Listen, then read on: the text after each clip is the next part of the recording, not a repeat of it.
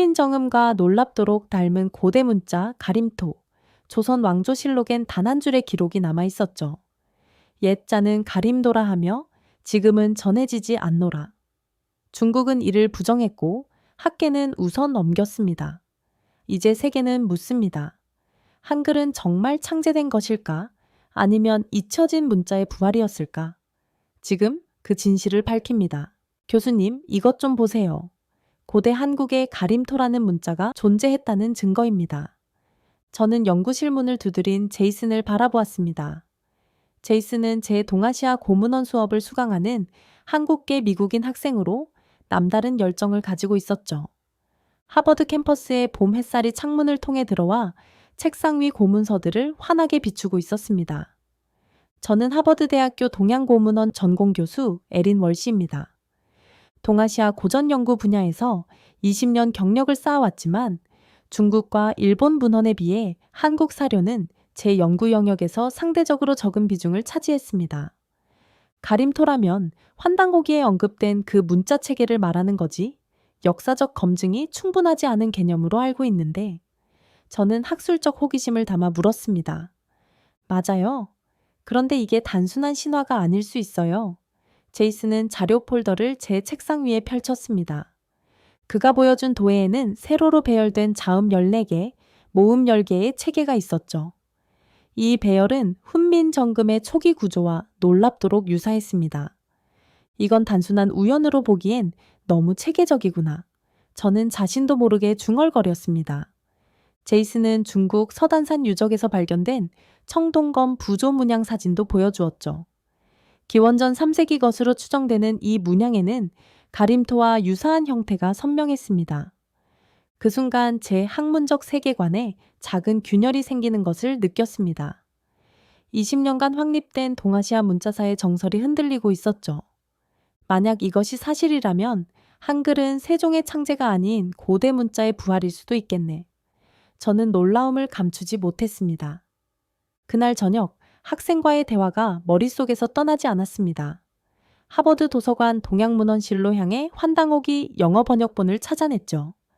밤늦게까지 책을 읽으며 가림토 문자 부분을 집중적으로 살펴보았습니다.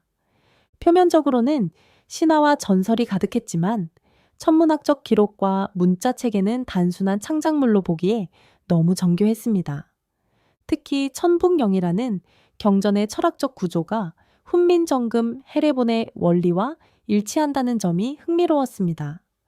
다음 날부터 시베리아 고고학 데이터베이스, 만주 유적, 바이칼, 호수 인근 문명 연구들을 집중적으로 조사했습니다. 고조선 또는 동이계 문자의 존재 가능성을 시사하는 단서들이 조금씩 모이기 시작했습니다. 일주일 후 학과 세미나에서 제 새로운 연구 방향을 발표했을 때 예상대로 회의적인 반응이 쏟아졌습니다. 학자로서 환단고기, 같은 위서에 시간을 낭비하는 건 적절치 않아 보이는데 중국사 전공 마이클 교수가 냉소적으로 말했습니다. 역사학에서 위서라는 개념 자체가 얼마나 정치적일 수 있는지 우리 모두 알지 않나. 환단고기 내 천문 기록은 현대 천문학으로 검증 가능하고 문자 체계는 언어학적 분석 가치가 충분해 저는 차분하게 반박했습니다. 그래서 뭘 어쩌려고 하는 건데? 마이클이 물었습니다. 한국으로 직접 가볼 생각이야. 제 목소리에는 확신이 담겨 있었죠. 동료들의 의아한 표정을 뒤로하고 연구실로 돌아오는 길, 이상하게도 가슴이 뛰는 것을 느꼈습니다. 하버드 교수가 검증되지 않은 고대 문자를 연구하겠다는 소식은 학계의 화제가 될 것입니다. 그 순간 저는 깨달았습니다. 제가 두려워하는 것은 비웃음이 아니라 중요한 무언가를 놓치고 있을지도 모른다는 가능성이었습니다. 만약 고조선이 실제 존재했고 문자까지 있었다면 저는 20년 넘게 문명의 반쪽만 보고 있었던 것입니다. 서울행 비행기는 12시간의 비행 끝에 인천공항에 도착했습니다. 창밖으로 보이는 한국의 첫인상은 예상과 달리 매우 현대적이었죠. 호텔에 짐을 풀자마자 서울대학교 천문학과 박창범 교수에게 연락했죠. 하버드에서 이메일로 대화를 나눈 후 그는 직접 만나자는 제안을 흔쾌히 수락했었습니다. 이틀 후 서울대학교 캠퍼스에서 만나기로 약속했죠. 서울대학교는 도심에서 조금 떨어진 곳에 위치해 있었습니다. 푸른 나무들 사이로 현대적인 건물들이 조화를 이루고 있었죠. 박창범 교수의 연구실에 도착하자 그는 친절한 미소로 맞이해 주었습니다. 월시 교수님, 한국에 오신 것을 환영합니다. 이메일로 문의하셨던 내용에 대해 준비했습니다. 박 교수는 정중하게 말했죠. 직접 만나게 되어 기쁩니다. 환단고기에 기록된 천문 현상에 대한 교수님의 연구가 정말 흥미로웠습니다. 저는 진심을 담아 대답했죠. 박 교수는 컴퓨터 화면을 가리키며 설명을 시작했습니다. 제가 집중적으로 연구한 부분은 환단고기에 기록된 오성 출현 현상입니다. 기원전 1733년경 5개의 행성이 하늘 한 지점에 모였다는 기록이 있죠. 그의 손가락이 키보드를 두드렸고 스크린에는 천문 시뮬레이션 프로그램이 실행되었습니다. 해당 연도로 시간을 되돌리자 놀라운 광경이 펼쳐졌죠. 목성, 토성, 화성, 금성, 수성이 거의 일직선상에 정렬되어 있었습니다. 이건 단순한 우연이 아닙니다. 박 교수가 말했죠. 이런 천문 현상은 수천 년에 한 번 일어나는 매우 희귀한 사건입니다. 그런데 환단고기에는 정확한 시기와 함께 기록되어 있죠. 저는 화면을 응시하며 말문이 막혔습니다. 지금까지 위서라 여겨온 책에 이토록 정확한 천문 기록이 있다는 사실이 충격적이었죠. 이 기록이 맞다면 단순한 창작물이라고 보기 어렵겠네요. 맞습니다. 이런 천문 현상은 현대 천문학 시뮬레이션 이전에는 예측하기 어려웠습니다. 후대에 조작했다면 이렇게 정확한 천문 현상을 기록하는 것은 거의 불가능했을 거예요. 박 교수는 확신에 찬 목소리로 설명했죠. 그렇다면 환단고기의 다른 기록들도 역사적 사실에 기반했을 가능성이 있겠군요. 제 머릿속은 새로운 가능성으로 가득 찼습니다. 다음날 서울대학교 도서관에서 저는 환단고기 원본을 더 자세히 연구했죠. 그 책에는 과학적으로 검증 가능한 천문 기록과 함께 신화적 요소가 혼재되어 있었습니다. 마치 서양의 고대 문헌들처럼 사실과 신화가 얽혀 있는 형태였죠. 그렇다면 위서라는 낙인은 이 책의 진실까지 지워버린 것일까요? 저는 고민에 빠졌고 노트북을 켜고 위서라는 개념 자체에 대해 연구하기 시작했죠. 서양에서도 고대 사서들이 오랫동안 사이비로 취급되다가 나중에 진본으로 인정된 사례가 여럿 있었습니다. 고대 에녹서, 주간문서, 카르타고 항해일지 등이 대표적인 예였죠. 환단고기는 분명 모든 내용을 사실로 받아들이기 어려웠지만 그 안에 일부 기록은 분명 역사적 사실과 일치했습니다. 과학이 믿지 않기로 한 책을 증명해버린 아이러니한 상황이었죠. 제 연구는 이제 새로운 방향을 향해 나아가고 있었습니다. 다음은 직접 환단고기에 언급된 지리산의 삼성궁을 방문할 차례였죠. 서울의 화려한 도시 풍경을 뒤로하고 지리산으로 향하는 길은 생각보다 멀었습니다. 택시기사는 제가 외국인 교수라는 것을 알고 한국 역사에 관해 이야기했죠. 제 머릿속은 이미 지리산 깊숙한 곳에 있다는 삼성궁에 가 있었습니다. 강화도의 유명한 참성단이 아닌 지리산 삼성궁을 선택한 이유는 관광지보다 구전 설화마가 남아있는 곳에서 더 많은 단서를 찾을 수 있을 것이라는 직감 때문이었죠. 환단고기에서 가장 오래된 형태의 재래가 보존되어 있다는 기록을 확인했었습니다. 지리산 청학동, 삼성궁 입구에 도착했을 때는 이미 오후였죠. 초가집과 돌담을 지나 재단으로 향하는 길은 시간이 멈춘 듯한 고요함이 느껴졌습니다. 벽에는 삼신일체, 배달국, 천재 등의 문구가 한글로 새겨져 있었죠. 정말 민속 유적이 아니라 정신의 보존이었던 거구나. 저도 모르게 중얼거렸습니다. 백발의 노인이 제 앞에 나타났죠. 그는 자신을 삼성궁 관리자이자 대종교 4대손의 후손이라고 소개했습니다. 외국분이 이런 곳까지 어쩐 일로 오셨습니까? 노인은 맑은 눈빛으로 물었죠.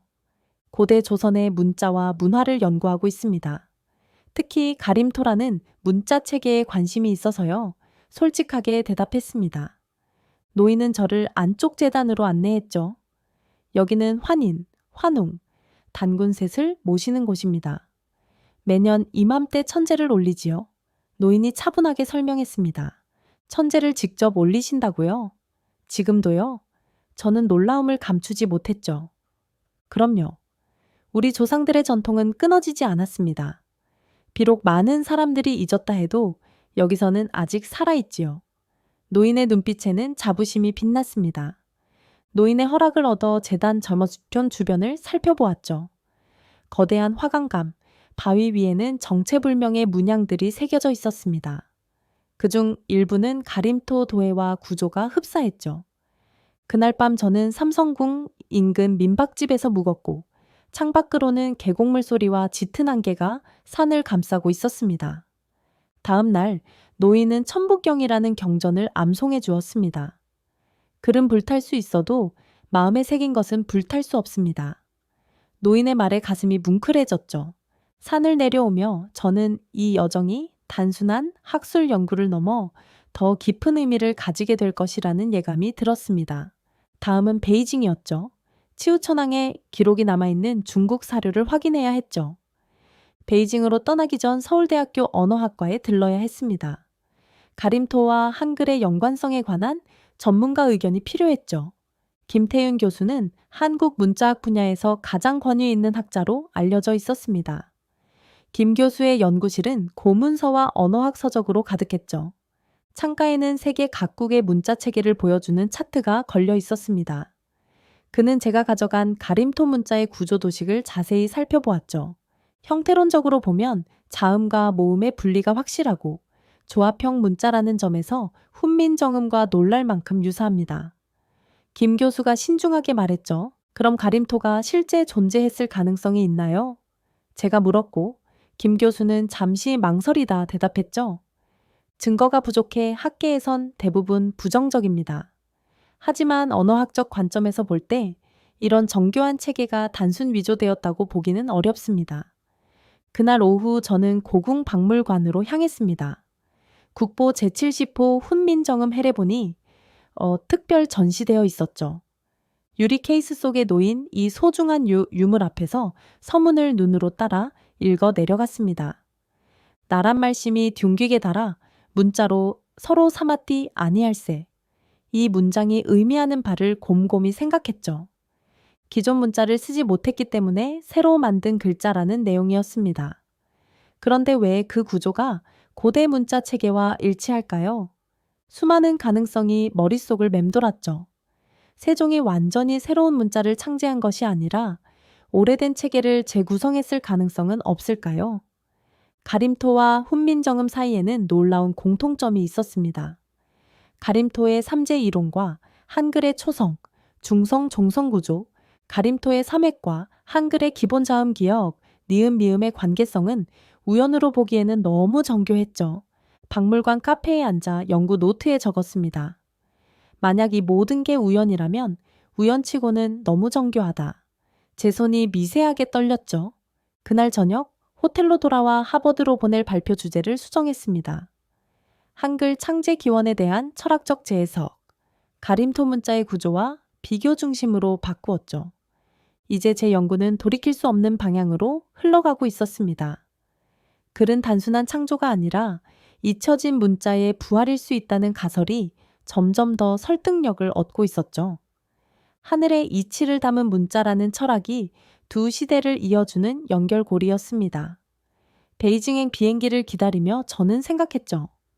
만약 한글의 기원이 단군 조선까지 거슬러 올라간다면 문자학 전체가 재편될 수도 있을 것입니다. 그리고 그 핵심 증거를 찾기 위해 저는 이제 치우천왕의 흔적을 찾아 중국으로 향하고 있었습니다. 베이징 공항에 도착하자 촘촘히 내리는 비가 저를 맞이했습니다.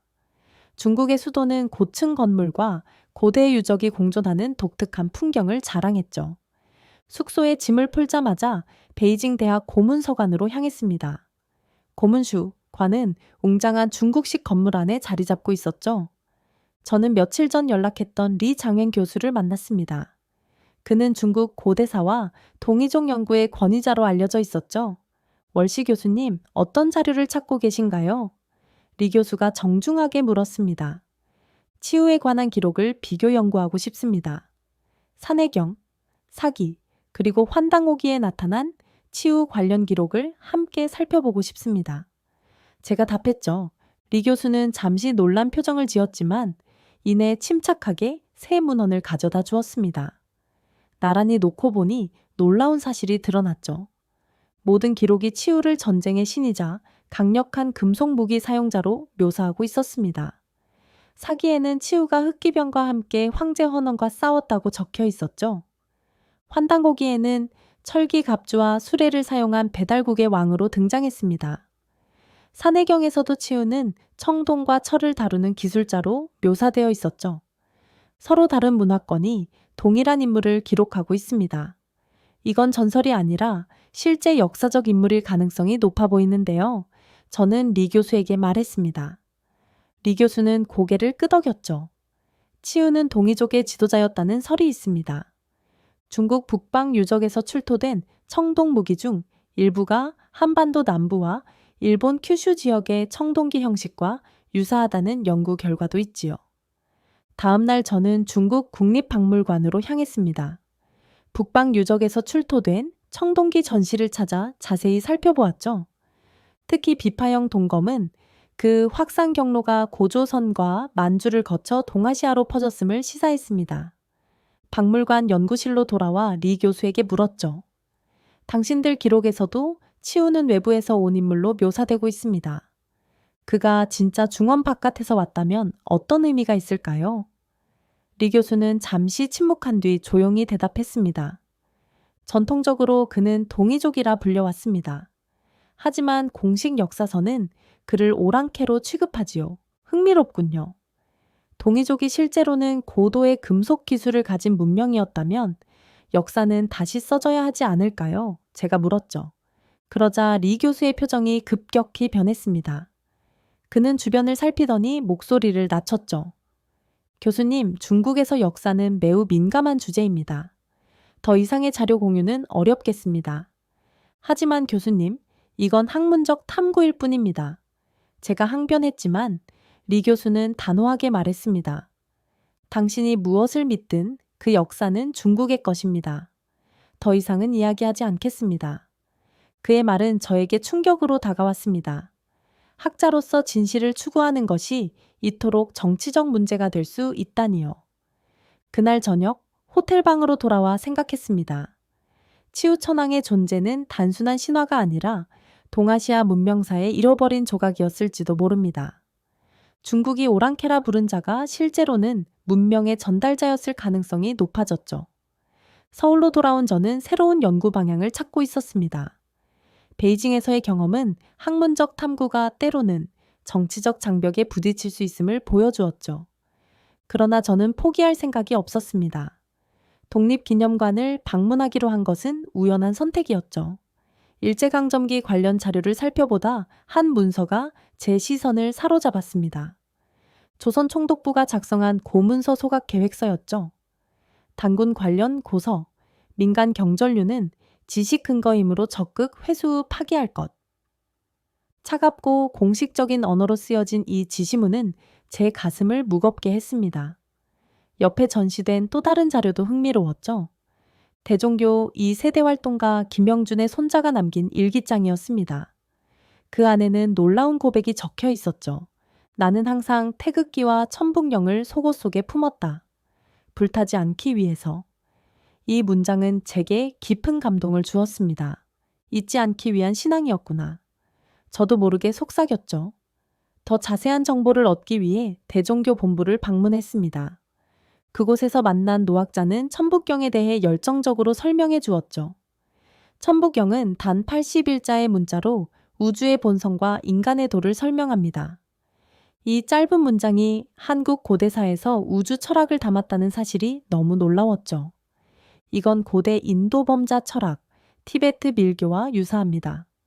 어떻게 이런 심오한 철학이 보존될 수 있었을까요? 일제강점기에 우리 선조들은 책을 불태우지 않기 위해 경전을 암송했습니다. 글은 파괴될 수 있어도 마음에 새긴 것은 파괴될 수 없지요. 더 깊은 연구를 위해 국립중앙도서관 특별보존자료실도 찾았습니다. 해방 이후 한국 교육계가 일본 유학파 중심으로 구성되었다는 자료들이 있었죠. 그들은 무의식적으로 조선 총독부의 역사관을 계승했고 단군, 천부경, 환단고기는 교과서에서 사라졌습니다. 한 역사학자의 회고록에는 이런 문장이 있었죠. 우리는 일본에게 땅만 빼앗긴 것이 아니라 역사를 보는 눈까지 빼앗겼다. 이 말은 제 가슴에 깊은 울림을 주었습니다. 그날 밤 호텔 방에서 저는 지금까지 발견한 것들을 정리했죠. 책은 불탔고 믿는 사람들은 조롱받았지만 그 기록은 여전히 살아있었습니다. 종이 위가 아닌 사람들의 마음속에 말이죠. 다음 날 아침 저는 이유립이라는 인물에 대해 더 알아보기로 결심했습니다. 환단고기를 편찬한 이 신비로운 학자의 흔적을 찾아 한국 독립운동사 연구소로 향했습니다. 그곳에서 저는 이유립의 동행자였던 김영수의 일기를 발견하게 될 줄은 몰랐죠. 그 일기 속에는 잃어버린 역사를 되찾으려는 필사적인 노력이 담겨 있었습니다. 한국 독립운동사 연구소의 자료실은 생각보다 작고 소박했습니다. 오래된 서류 상자들이 차분히 정리되어 있었죠. 담당 연구원의 도움을 받아 이유립 관련 자료함을 찾았습니다. 이유립은 독립운동가이자 역사학자로 알려져 있지만 자료가 많지 않습니다. 연구원이 말했죠. 환단고기 편찬자로 알려져 있지만 학계에서는 위서 제작자로 평가받기도 합니다. 작은 상자 안에는 몇 장의 문서와 함께 얇은 일기장이 있었습니다. 동행자 김영수의 일기였죠. 노란 종이에 쓰인 글씨를 조심스럽게 읽어 내려갔습니다. 오늘 밤 유립은 고서 하나를 필사했다. 눈물을 흘리며 말했다. 내가 우리 역사를 찾았네. 이 짧은 문장에서 깊은 감정이 느껴졌죠. 김영수의 일기는 계속되었습니다. 유립은 말했다. 일본이 우리 역사를 지우려 하지만 내 손으로 되살릴 것이다. 단군의 자손들은 자신의 뿌리를 기억해야 한다고. 그들의 국가적 위기 속에서도 역사를 지키려던 절박함이 전해졌습니다. 일기를 복사한 후 저는 다음 단서를 찾아 규장각으로 향했죠. 조선 왕조실록은 한국역사연구의 보고였습니다. 디지털화된 자료 검색 시스템에 가림토와 가림도를 입력했죠. 한참을 검색하다 태종실록에서 한 줄의 기록을 발견했습니다. 옛자는 가림도라 하며 지금은 전해지지 않노라. 단 한 줄이었지만 이 기록은 가림토가 후대 창작이 아닐 수도 있다는 중요한 실마리였죠. 조선시대에도 고대 문자의 존재를 인정하고 있었다니 저는 감탄했습니다. 마지막으로 문화재청을 방문했죠. 공개 자료실에서는 별다른 성과를 얻지 못했지만 한 직원의 도움으로 비공개 문서 목록을 볼 수 있었습니다. 해외 미복구 고서, 고조성이 서류, 단 군문자록 이 기록은 아직도 회수되지 않은 고문서가 있을 가능성을 시사했습니다. 이 문서들에 대해 더 알려진 것이 있나요? 제가 물었죠. 직원은 주변을 살피더니 조용히 말했습니다. 이 문서들은 일제강점기에 해외로 반출된 것으로 추정됩니다. 일부는 일본에, 일부는 러시아에 있을 것으로 보이지만 공식적으로 추적하긴 어렵습니다. 저는 생각에 잠겼습니다. 이유립이 만주에서 필사했다는 고서, 조선 왕조실록의 가림도 기록, 그리고 아직 회수되지 않은 고조선 관련 문서들까지. 역사는 완전히 지워지지 않았고 여전히 복원될 가능성이 있었죠. 호텔로 돌아오는 길에 저는 이번 연구가 단순한 학술 논문으로 끝날 수 없다는 것을 깨달았습니다. 이것은 잃어버린 문명의 퍼즐 조각을 되찾는 일이었죠. 그리고 이 퍼즐은 한국만의 것이 아닌 인류 전체의 역사를 재구성하는 데 중요한 의미를 가질 수 있었습니다. 다음 날 아침 저는 국제고대문자협회에 이메일을 보냈죠. 전 세계 학자들과 이 발견을 공유할 시간이 왔습니다. 일주일 후 국제고대문자 컨퍼런스가 서울에서 열렸습니다. 하버드에서 발표한 제 논문이 생각보다 큰 반향을 일으킨 덕분이었죠. 세계 각국에서 온 학자들이 고조선과 가림토에 대한 제 연구에 관심을 보였습니다. 컨퍼런스 첫날, 유엔 산하 문화유산 보존기구의 마리오 페레즈 박사가 중요한 제안을 했죠. 동부가 고문명 긴급 보존 회의를 서울에서 개최하는 것을 제안합니다. 고조선 문명은 더 이상 미룰 수 없는 연구 과제입니다. 회의장에는 프랑스 파리 대학, 러시아 레닌그라드 대학, 베트남 고고 국립원, 이집트 카이로 고문자 연구소 등 쟁쟁한 학자들이 참석했죠. 제 발표 차례가 되었고 떨리는 마음으로 그동안의 연구 결과를 공유했습니다. 가림토와 훈민정음의 구조적 유사성, 환단고기의 천문학적 정확성, 청동기 유물에서 발견된 문양들, 이유립의 필사본 이야기까지 모든 증거를 펼쳐 보였죠. 발표가 끝나자 잠시 침묵이 흘렀죠. 그리고 러시아 학자 블라디미르 이바노프가 먼저 입을 열었습니다. 이건 한국만의 이야기가 아닙니다. 이것은 우리 모두가 잃어버린 문명의 한 조각입니다. 그의 목소리에는 확신이 담겨 있었죠.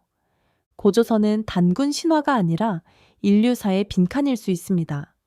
우리는 너무 오랫동안 서구 중심적 시각으로 문명을 바라보았지요. 회의가 진행될수록 더 많은 증거들이 쏟아져 나왔고 러시아 측에서는 바이칼 호수 인근에서 발견된 청동기 유물의 문양이 가림토와 유사하다는 연구 결과를 공유했죠. 베트남 학자들은 동남아에 남아있는 고대 동익의 흔적에 대해 발표했습니다. 마지막 날 모든 발표가 끝난 후 저는 제안을 했죠.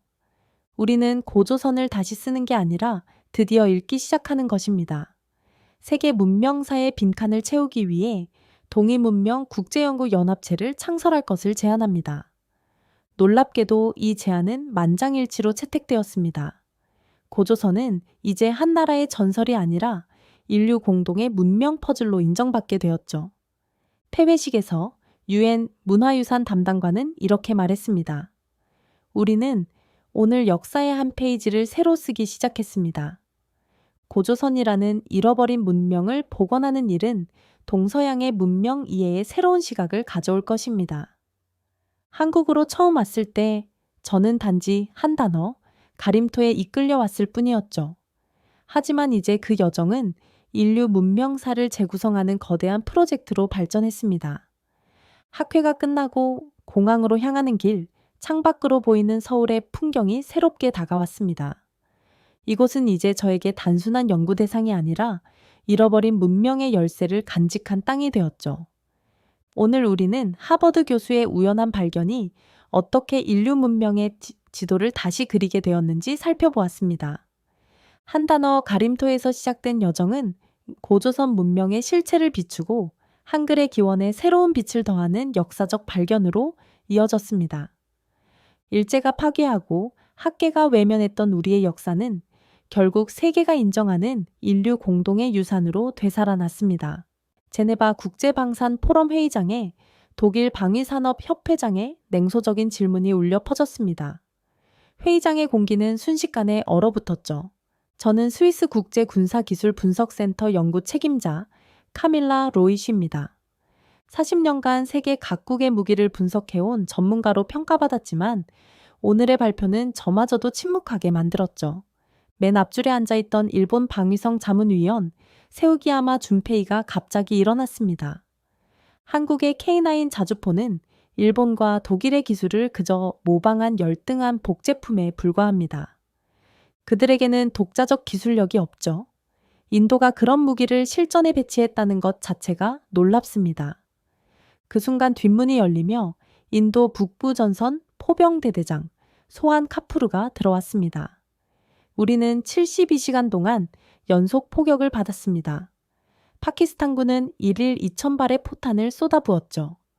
K9 바지라만이 72시간 동안 멈추지 않고 400발 이상을 발사했습니다. 한국산 K9은 끝까지 우리를 지켰죠.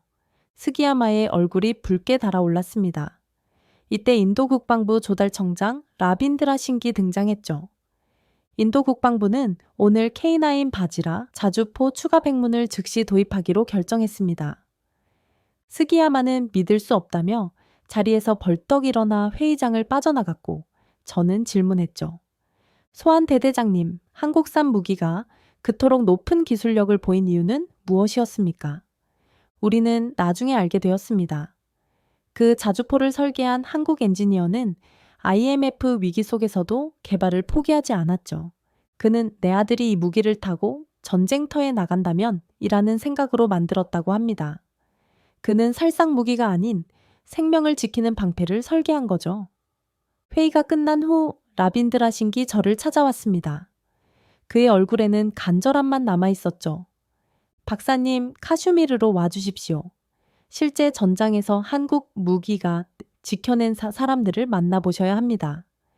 김도영이라는 이름의 설계자가 있는데 그의 설계되는 단순한 무기 이상의 이야기가 담겨 있습니다. 저는 더 이상 망설이지 않았습니다. 다음날 아침 카슈미르행 비행기에 몸을 실었죠. 이 여정이 단순한 무기 분석을 넘어 제 인생을 완전히 뒤바꿔 놓으리라고는 그때까지만 해도 상상조차 못했습니다. 그렇게 저는 카슈미르 국경 전초 기지에 도착했습니다.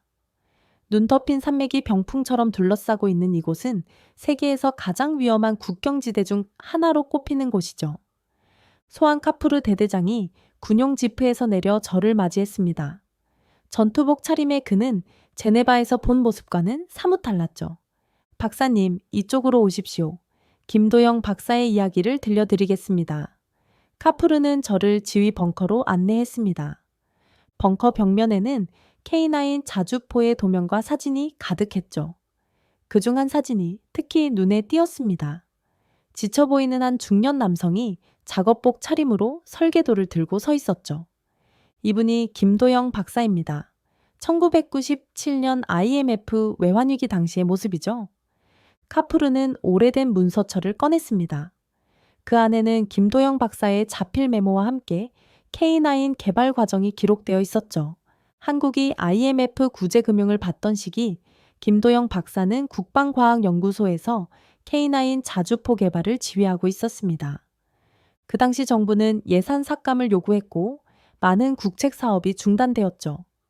저는 문서를 넘기며 흥미롭게 읽어 내려갔습니다. 회의록에는 개발 지속 여부를 두고 벌어진 치열한 논쟁의 흔적이 남아 있었죠. 김 박사는 개발팀에게 선택권을 주었습니다. 포기하거나 무급으로 계속하거나. 놀랍게도 연구원 전원이 남았죠. 그들은 자발적으로 무급 야근을 감수했습니다. 문서 사이에서 가족 사진 한 장이 나왔습니다. 김도영 박사와 그의 아내, 어린 아들이 함께 찍은 사진이었죠. 그는 가족과의 시간마저 희생했습니다. 아들의 첫 운동회에도 가지 못했고 아내의 생일에도 연구실에 있었죠. 그의 일기장에는 이런 구절이 있습니다. 이 설계도가 우리의 미래다. 포기하면 우리 아이들은 영원히 남의 무기에 의존해야 한다. 저는 김 박사의 설계 노트를 보며 깊은 인상을 받았습니다. 그가 직접 계산한 수식과 그림이 빼곡했죠. 특히 포신 설계와 관련된 부분은 수십 번 지우고 다시 그린 흔적이 역력했습니다. 김 박사는 영하 30도 산악 환경에서도 작동하는 포를 만들기 위해 특별한 엔진 설계를 고집했습니다. 기존 기술로는 불가능하다는 비판에도 그는 밤낮 없이 연구했죠. 결국 3분 이내 재장전, 험지 기동성 등 당시로는 획기적인 성능을 구현해냈습니다. 카푸르는 창밖으로 보이는 K9 바지라를 바라보았습니다. 그 시선에는 깊은 존경이 담겨 있었죠. IMF 위기는 한국에게 큰 좌절이었습니다. 하지만 김 박사와 같은 이들은 그 좌절을 기회로 바꿨죠. 그들의 헌신이 오늘 우리 부대원들의 목숨을 살렸습니다. 저는 마지막 페이지에서 김도영의 친필 메모를 발견했습니다. 작은 글씨로 쓰인 구절이었죠. 아들에게. 아빠가 늦게 들어와 미안하구나. 하지만 너는 언젠가 이해할 거야. 우리가 지금 포기하면 다음 세대는 더 큰 대가를 치르게 될 테니까. 카푸르가 문서철을 덮었으며 조용한 목소리로 이야기했습니다. 실제 전투에서 그의 말이 입증되었습니다. 제 부대원 62명은 모두 살아남았죠. 그런데 로이시 박사, 김도영 박사가 그것을 알게 된 날, 바로 그날, 카푸르의 말이 이어지려는 순간 벙커 밖에서 요란한 경적 소리가 울렸습니다. 무언가 일이 터진 모양이었죠. 저는 이야기의 계속을 듣지 못한 채 카푸르를 따라 급히 밖으로 나갔습니다. 저는 카푸르를 따라 벙커 밖으로 나왔습니다. 눈앞의 광경에 숨이 멎는 듯 했죠. 눈 덮인 고지대에서 K9 바지라 자주포 6대가 일제히 포신을 들어 올리고 있었습니다.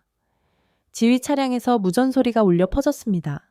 적 포대 이동 확인, 모든 포대 발사 준비. 카푸르가 제 팔을 잡아 끌었습니다. 그의 얼굴에는 긴장감이 역력했죠. 파키스탄군이 중국제 SH-1 자주포를 전진 배치했습니다. 작전이 시작됐으니 안전한 곳으로 이동해야 합니다. 우리는 지휘 관측소로 뛰어올랐습니다. 그곳에서 전방 3km 지점에 국경 넘어가 훤히 내려다 보였죠. 고성능 관측 장비를 통해 파키스탄군의 움직임이 포착되었습니다. 지난달과 같은 패턴입니다. 그들은 우리 방어선을 뚫기 위해 집중 포격을 시도할 겁니다. 파키스탄 측에서 첫 포탄이 날아왔습니다.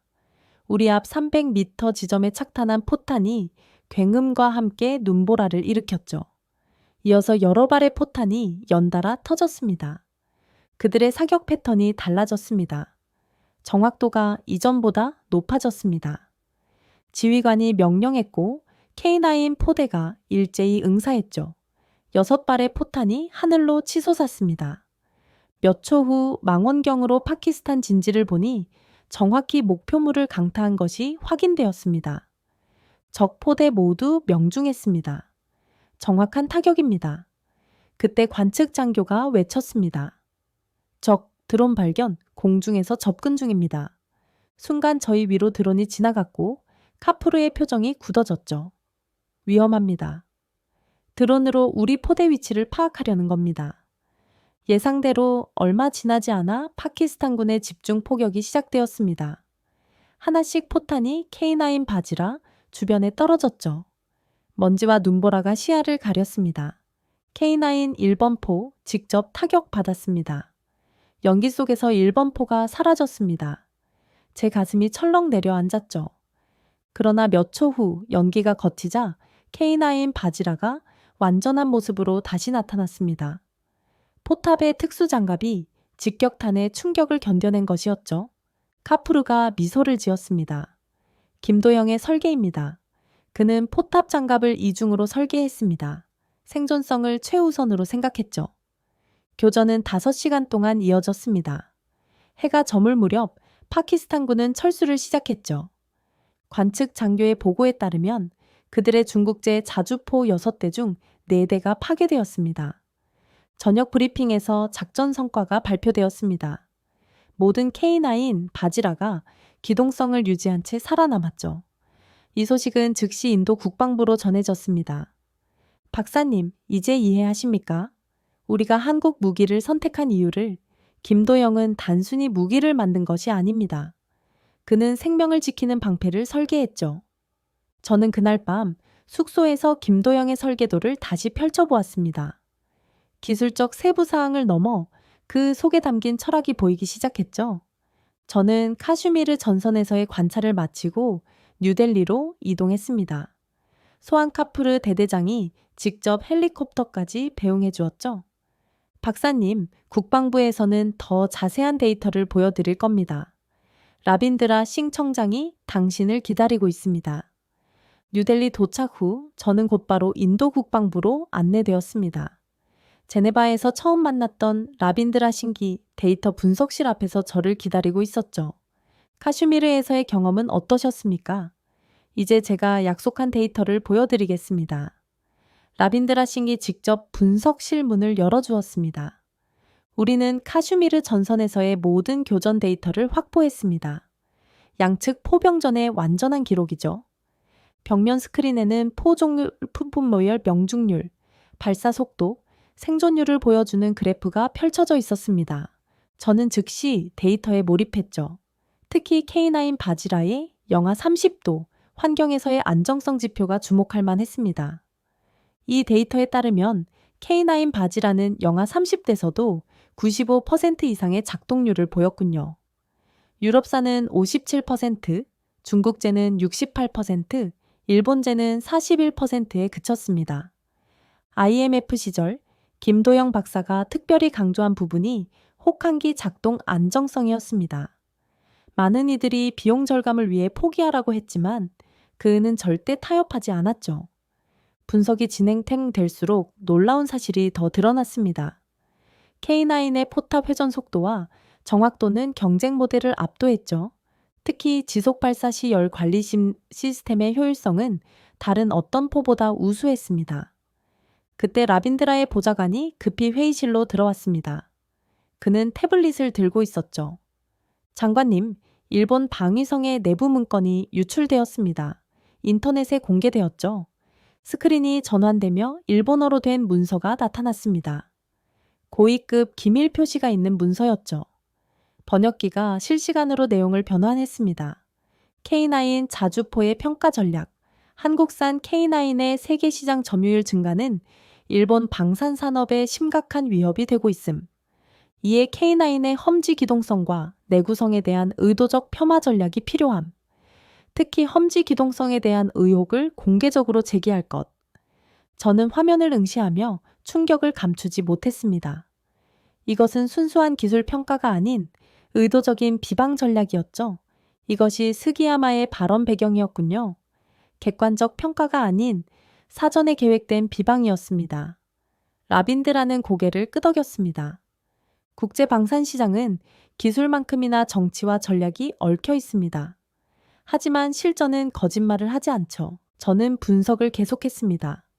중국제 SH1과 K9의 직접 교전 데이터를 세밀히 살펴보았죠. 결과는 명확했습니다. 동일 조건에서 K9의 명중률은 SH1보다 27% 높았고 기동성과 생존율은 2배 가까이 차이가 났습니다. 이 데이터는 세계 방산 시장에 큰 파장을 일으킬 겁니다. 저는 중립적 분석가로서 이를 공개할 의무가 있습니다. 라빈드라가 잠시 침묵했다가 제게 한 가지 제안을 했습니다. 데이터 분석만으로는 충분하지 않습니다. 김도영 박사의 아들을 만나보는 게 어떨까요? 그는 현재 서울에서 기술 유튜버로 활동 중이라고 확인되는데 실제 개발자의 아들이니 그에게는 우리가 모르는 이야기가 있을 겁니다. 저는 주저없이 동의했습니다. 다음 목적지는 한국, 서울이었죠. 김도영 박사의 유산을 이어받은 아들을 만나기 위해 말입니다. 저는 뉴델리에서 인천행 비행기에 몸을 실었습니다. 창밖으로 인도의 웅장한 풍경이 멀어져 갔죠. 비행기 안에서 라빈드라가 보내준 김도윤에 대한 자료를 검토했습니다. 그는 김도영 박사의 손자로 10만 명의 구독자를 가진 기술 유튜버였습니다. 주로 최신 전자기기를 리뷰했지만 최근에는 할아버지의 업적에 관한 다큐멘터리를 제작 중이라는 정보도 있었죠. 인천공항에 도착한 저는 곧바로 서울 강남으로 향했습니다. 김도윤과는 이메일로 연락을 주고받았죠. 처음에 그는 다소 경계하는 태도였습니다. 할아버지의 이야기가 갑자기 왜 외국 분석가의 관심사가 되었는지 이해하기 어렵습니다. 하지만 카슈미르 전투 데이터와 일본 방위성의 내부 문건을 공유하자 그는 태도를 바꾸었죠. 오후 3시 약속한 카페에 도착했습니다. 창밖으로 보이는 고층 빌딩들이 한국의 압축 성장을 보여주는 듯했죠. 약속 시간보다 10분 일찍 검은색 후드티를 입은 젊은 남자가 카페에 들어왔습니다. 로이씨 박사님이시죠? 김도윤입니다. 그의 첫인상은 조심스러우면서도 냉소적이었습니다. 테이블에 앉으며 그가 물었죠. 제 할아버지가 왜 갑자기 국제적 관심사가 되었는지 설명해 주실 수 있을까요? 저는 카슈미르에서 경험한 모든 것을 솔직하게 이야기했습니다. K9 바지라의 놀라운 성능, 일본의 의도적 비방, 그리고 실전에서 살아남은 인도 병사들의 이야기까지 모두 말했죠. 도윤의 표정이 점차 변했습니다. 그는 노트북을 열고 자료들을 보여주기 시작했죠. 사실 저도 최근에야 할아버지의 업적을 제대로 알게 되었습니다. 그분은 제가 15살 때 돌아가셨지만 생전에 자신의 일을 거의 이야기하지 않으셨죠. 도윤이 오래된 사진을 펼쳤습니다. 1997년 IMF 당시 연구실에서 밤을 새우는 김도영 박사의 모습이었죠. 당시 국방과학연구소는 예산 삭감으로 K9 개발을 중단할 위기였습니다. 할아버지를 포함한 연구원들은 자발적으로 급여 삭감까지 감수하며 개발을 이어갔죠. 도윤의 목소리에 감정이 묻어났습니다. 그는 영상 하나를 재생했죠. 최근 그가 만든 유튜브 다큐멘터리의 일부였습니다. 솔직히 말하면 저는 한동안 할아버지의 일을 자랑스럽게 여기지 않았습니다. 무기를 만드는 일이라고 생각했거든요. 하지만 인도에서 소한 카푸르라는 장교가 보낸 편지를 받고 생각이 바뀌었죠. 도윤이 태블릿에서 이메일을 열었습니다. 김도영 박사의 부고 소식을 듣고 카푸르가 가족에게 보낸 감사 편지였죠.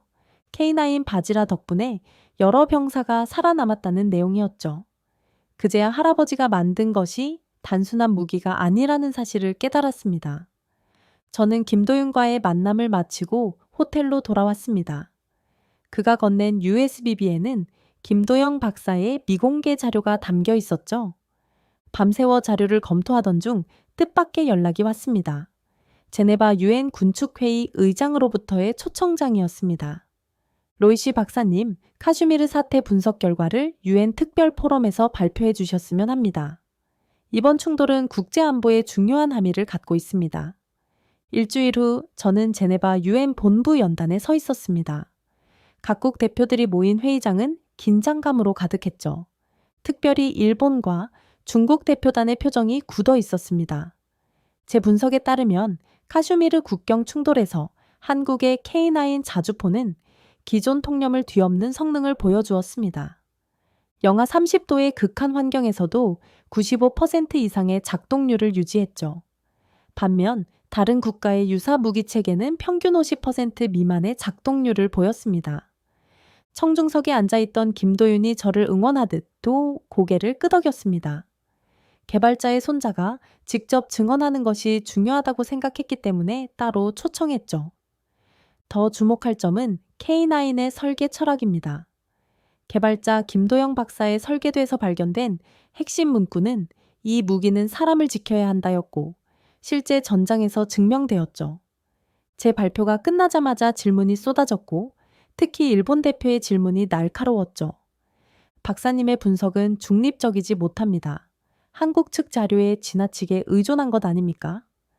제가 답변하려는 순간 카푸르 대대장이 자리에서 일어났습니다. 그는 영국의 대표단 일원으로 참석해 있었죠.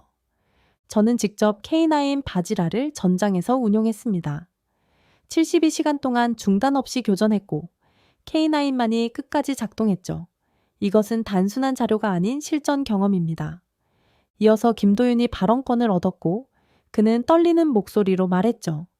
제 할아버지는 IMF 위기 속에서도 개발을 포기하지 않았습니다. 그는 매일 같이 쪽지에 내 아들이 탈 것처럼 만들어라 라고 적어 연구실 벽에 붙여두었죠. 우리 세대는 이제야 그 의미를 이해하기 시작했습니다. 회의가 끝난 후 폴란드와 터키, 호주 대표단이 김도윤에게 다가갔습니다. 그들은 K9 도입을 검토 중이었죠. 세계 방산 시장의 지형이 눈앞에서 변하고 있었습니다. 저는 유엔 포럼 발표 다음 날 아침 호텔 로비에서 놀라운 뉴스를 접했습니다. 모든 국제 언론이 일본 방위성의 공식 입장 발표를 다루고 있었죠. 제목은 충격적이었습니다. 일본 방위성 K9 자주포 성능 공식 인정. 방위성 대변인은 기자회견에서 말했습니다. 카슈미르 전선에서 얻은 실전 데이터를 검토한 결과 기존의 평가는 수정이 필요합니다. 우리의 이전 분석은 제한적 환경에서 이루어진 것이었으며 실전 상황에서는 다른 결과가 도출될 수 있다는 사실을 인정합니다. 이것은 사실상의 항복 선언이었습니다. 불과 몇 주 전 K9을 구식 기술의 모방품이라고 깎아내렸던 일본이 완전히 입장을 바꾼 것이죠. NHK와의 인터뷰에서 세우기야마 준페이마저 태도를 바꿨습니다. 우리는 자국 무기 산업을 보호하려는 의도가 있었음을 인정합니다. 그러나 K9의 실전 기록은 부정할 수 없는 사실입니다. 오후 세션에서 저는 제 논문을 정식으로 발표했습니다. 험지 전장에서의 자주포 생존성, K9의 사례 분석기라는 제목이었죠. 연단에 올라 청중을 바라보니 예상보다 훨씬 많은 인원이 자리를 가득 메우고 있었습니다. 본 연구는 카슈미르 국경에서 발생한 실전 데이터를 바탕으로 현대 자주포의 생존성을 분석했습니다. 특히 한국의 K9과 중국의 SH1 간의 직접적 교전 결과를 중점적으로 검토했죠. 스크린에는 두 자주포의 성능 비교 그래프가 표시되었습니다. 재장전 속도, 명중률, 생존율 모든 지표에서 K9이 우위에 있었죠. 특히 극한 환경에서의 생존율 차이는 압도적이었습니다. 흥미로운 점은 K9의 이러한 성능이 단순한 기술적 우월성에서 비롯된 것이 아니라는 사실입니다. 개발자인 김도영 박사의 기본 철학이 모든 설계에 반영되어 있었죠. 한국은 IMF라는 국가적 위기 속에서도 이 기술을 포기하지 않았습니다. 그들은 자국의 위기를 기회로 바꾸었습니다. 이 무기는 단순한 화기의 집합체가 아닙니다. 그 기술은 사람을 살리기 위해 존재했습니다. 청중석에서 작은 소란이 일었습니다. 폴란드, 터키, 호주뿐 아니라 이제는 프랑스와 독일 대표단까지 깊은 관심을 보이고 있었죠. 회의가 끝난 후 프랑스 방산업체 대표가 김도윤에게 다가왔습니다. 당신 할아버지의 설계 철학은 우리 모두가 배워야 할 점입니다. K9은 이제 단순한 무기가 아닌 방산 기술의 새로운 표준이 되었습니다. 저는 UN 포럼 발표 직후 소한 카프르의 긴급 연락을 받았습니다. 카슈미르 국경에 중대한 변화가 있다는 내용이었죠. 즉시 뉴델리행 비행기에 올랐습니다. 인도 국방부에서 군용 헬리콥터가 저를 기다리고 있었죠. 직접 목격하셔야 할 역사적 순간입니다. 라빈드라 신기 저를 맞이했고 그의 눈빛에는 이전과 다른 희망이 담겨 있었죠. 카슈미르 국경 전초 기지에 도착한 저는 곧바로 관측소로 안내되었습니다. 소한 카프루가 망원경을 건네주며 말했죠. 오늘 아침 일입니다. 유엔 중재회 파키스탄 측이 휴전 협상 테이블에 앉았습니다. 사흘 간간의 외교적 접촉 끝에 공식 중단 제안이 왔죠. 망원경으로 바라본 국경지대는 놀랍도록 조용했습니다. 불과 일주일 전만 해도 포성이 끊이지 않던 곳이었죠. 멀리서 유엔 차량과 함께 파키스탄 대표단이 중립지대에 마련된 협상장으로 향하고 있었습니다. 양국 외무장관 급 대표가 국경선 중립지대에서 협상 중입니다. 양측 모두 더 이상의 희생을 원치 않았죠. 이미 예비 합의문이 교환된 상태입니다. 카프르는 저를 K9 바지라가 배치된 진지로 안내했습니다. 6대의 자주포가 일렬로 서 있었습니다. 포시는 이제 하늘을 향하지 않고 아래로 기울어져 있었죠. 전쟁의 종식을 알리는 상징적인 모습이었습니다. 파키스탄 국방부 전략 분석 보고서가 우리 정보망에 포착되었습니다. 그 안에는 주목할 만한 평가가 있었죠. 한국제 K9 바지라가 배치된 진지는 현재 우리의 화력으로는 돌파가 불가능하다. 계속된 전투는 병력과 장비의 불필요한 손실만 초래할 것이다. 이 보고서가 그들의 휴전 결정에 중요한 역할을 했습니다. 그때 한 인도 병사가 K9 바지라 측면에 무언가를 붙이는 모습이 보였습니다. 가까이 다가가 보니 작은 태극기였죠. 이 무기가 없었다면 우리는 살아남지 못했을 겁니다. 이건 그저 무기가 아니라 우리의 방패였습니다. 한국인들에게 감사를 표하고 싶었습니다. 그의 진심 어린 눈빛에서 깊은 감동을 느꼈습니다. 이것은 단순한 무기 거래가 아닌 생명을 지키는 기술의 가치를 인정받는 순간이었죠. 해가 지기 시작하자 K9 바지라의 포신이 일제히 아래로 더 기울어졌습니다. 휴전 협정의 1단계가 공식 체결된 순간이었죠. 발표와 함께 양측 최전방 부대의 사격 중지 명령이 하달되었습니다. 카프르가 소형 카메라를 꺼내 이 장면을 촬영했습니다. 김도영 박사의 손자에게 보내려고 합니다. 그의 할아버지가 설계한 무기가 전쟁을 멈추게 했다는 증거로요. UN 평화유지군 헬리콥터가 국경 중립지대에 착륙했습니다. 휴전감시단이 도착한 것이었죠. 이제 이 지역에 평화가 찾아올 가능성이 커지고 있었습니다. 저는 마지막으로 김도영 박사의 초기 설계도를 손에 들고 일몰을 바라보았습니다. 그의 손때 묻은 도면 위로 국경의 평화로운 모습이 겹쳐 보였죠. 귀국하는 비행기 안에서 최종 보고서를 작성하며 생각했습니다. 제가 분석한 것은 단순한 무기가 아니었습니다. 그것은 한 나라가 위기를 기회로 바꾼 역사였고 생명을 지키겠다는 한 엔지니어의 신념이 세계를 바꾼 이야기였죠. 김도윤에게서 메시지가 왔습니다. 할아버지의 다큐멘터리가 세계 각국에서 동시 상영될 예정이란 소식이었습니다. 그리고 마지막 줄에는 이런 문장이 적혀 있었죠. 박사님, 우리의 기술이 이제 세상을 지킵니다. 자, 오늘의 이야기는 여기까지입니다. 오늘 우리는 한국의 기술이 어떻게 세계의 전쟁을 멈추는 힘이 되었는지 살펴보았습니다. 진정한 기술의 가치는 단순한 성능이나 이익이 아니라 생명을 지키고 평화를 이끄는 데 있다는 것을 다시금 깨닫게 됩니다. 앞으로도 한국 기술이 전 세계 곳곳에서 만들어갈 또 하나의 기적 함께 지켜봐 주세요. 지금까지 우인스의 수진이었습니다. 오늘도 끝까지 함께 해주셔서 정말 감사합니다. 당신만의 해외 감동 이야기가 늘 당신 곁에서 따뜻한 순간으로 남길 바랍니다. 다음에도 따뜻한 이야기로 다시 찾아올게요. 수진이랑 우인스 다음에도 함께해요. 오늘도 행복한 하루 되세요. 사랑합니다.